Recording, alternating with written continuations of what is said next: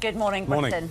Sir Keir Starmer says economic growth will be at the heart of the government's agenda in today's King's speech. In the job, which we won't repeat on air. No, all right. Bringing the team together, that sort of calm, sort of un-alpha male approach to get over the final hurdle. Yeah.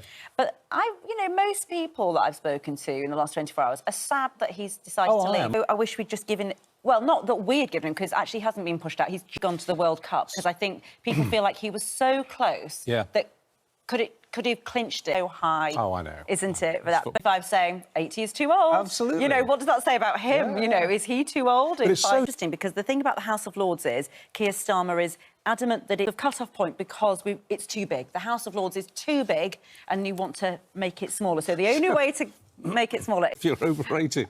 This is all... Hundreds and hundreds of years of democracy, just sort of, I don't know, we're in the seat of it. I do enjoy these conversations, which I rather enjoyed that. Should we look at what officially? Good morning. Good. But obviously, there's so much to talk about the King's speech, but I feel like we should just, let's talk about Boris Johnson having a long meeting with perhaps the soon-to-be and potentially a Trump administration, because this Labour cabinet has got some potentially handbrake turns and a bit of reverse ferret.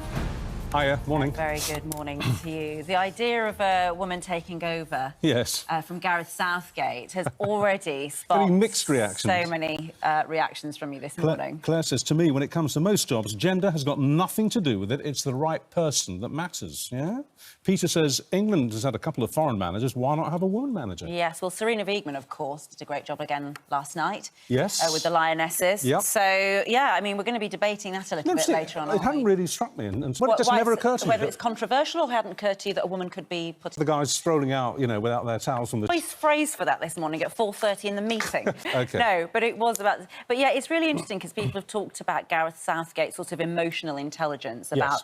It's beautifully written. And it's interesting, because, of course, so many things have been said about Gareth Southgate's approach to this tournament, but also just, sort of failing to... I wish he'd stay. Yeah, most people are like, anyway, we'll be discussing that about whether a woman actually could take over from Gareth Southgate. But also, we must say, to another...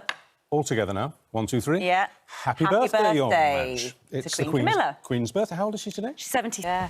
Well, this is a really interesting one, isn't it, this next item? Because much-loved couple, Marcus and Mika, have been, this morning, swapped their departure from the show after 5 years of entertaining the nation. Yeah, instead, they've decided, as I was saying before the break, to take on the task of actually planning each other's funerals in a brand new show. It's called Celebrity Send-Off, love it, where the couple hope to open these, these are difficult conversations about death in a heartfelt but humorous way. And as many of us who've experienced bereavements can tell you, there are moments sometimes of sort of dark and sometimes very affectionate humour involved. Anyway, let's take a look.